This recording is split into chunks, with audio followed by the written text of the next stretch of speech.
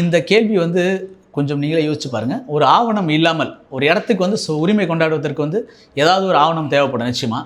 அப்படி எந்த ஒரு ஆவணமும் இல்லாத பட்சத்தில் அவங்களுக்கு இருக்கிறது வந்து அனுபவ பாத்தியதை மட்டும்தான். அந்த அனுபவ பாத்தியதை வந்து அந்த இடம் வந்து வேறு யாருக்கும் சொந்தமாக இல்லாத பட்சத்தில் அந்த அனுபவ பாத்தியத்தின் அடிப்படையில் அவர்கள் பட்டாவை கோர முடியும்.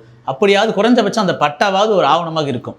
எதுவுமே இல்லாத பட்சத்தில் அது வந்து ஒரு புறம்போக்கு இடமா இருக்கும், அரசு இடமா இருக்கிறதுனால அதுக்கு வந்து என்ன வச்சுருப்பாங்க அப்படின்னா, அவங்க அங்கே குடியிருக்கிறதுக்கான வரி ரசீது, வீட்டு வரி, அதாவது இப்போ வந்து இபிஎல்லாம் இருக்குது. இப்போ புறம்போக்கு இடத்துல இபிஎல்லாம் கொடுக்குறாங்க.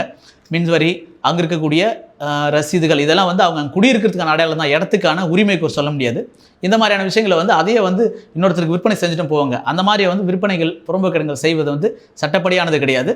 பொதுவாக ஒரு இடத்த வாங்கும்போது அதில் எந்த ஒரு ஆவணமும் இல்லை, வெறும் அனுபவிச்சுக்கு தான் மட்டும்தான் இருக்கிறாங்க அப்படின்ற பட்சத்தில் அது வாங்குறது வந்து சட்டப்படியாக வந்து செல்லத்தக்கது அல்ல. அப்படி வாங்குற ஆவணத்தில் பின்னாடி ஏதாவது பிரச்சனை வரும்போது அதை எதிர்கொண்டு அதை தீர்த்துட்டு அந்த இடத்துக்கு உரிமை கோருவது வந்து ரொம்ப சிரமமாக இருக்கும். அதனால் இடம் வாங்குவவர்கள் அதை வந்து முறைப்படி பார்த்து வாங்குறது சரியாக இருக்கும். இந்த கேள்விக்கு இந்த பதில் உங்களுக்கு சரியாக இருக்கும்னு நினைக்கிறேன். ஒரு இடத்துக்கு எந்த ஒரு ஆவணமும் இல்லாமல் வாங்குறது வந்து உண்மையில் அது சரியில்லை தான். நன்றி நண்பர்களே. இந்த தகவல் நிச்சயமாக உங்களுக்கு பயனுள்ளதாக இருக்கும் அப்படின்னு நம்புறேன். மீண்டும் ஒரு நல்ல காணொலியில் நான் உங்களை சந்திக்கிறேன். நான் உங்களை வழக்கறிஞர் வி. ஜெகதீசன்.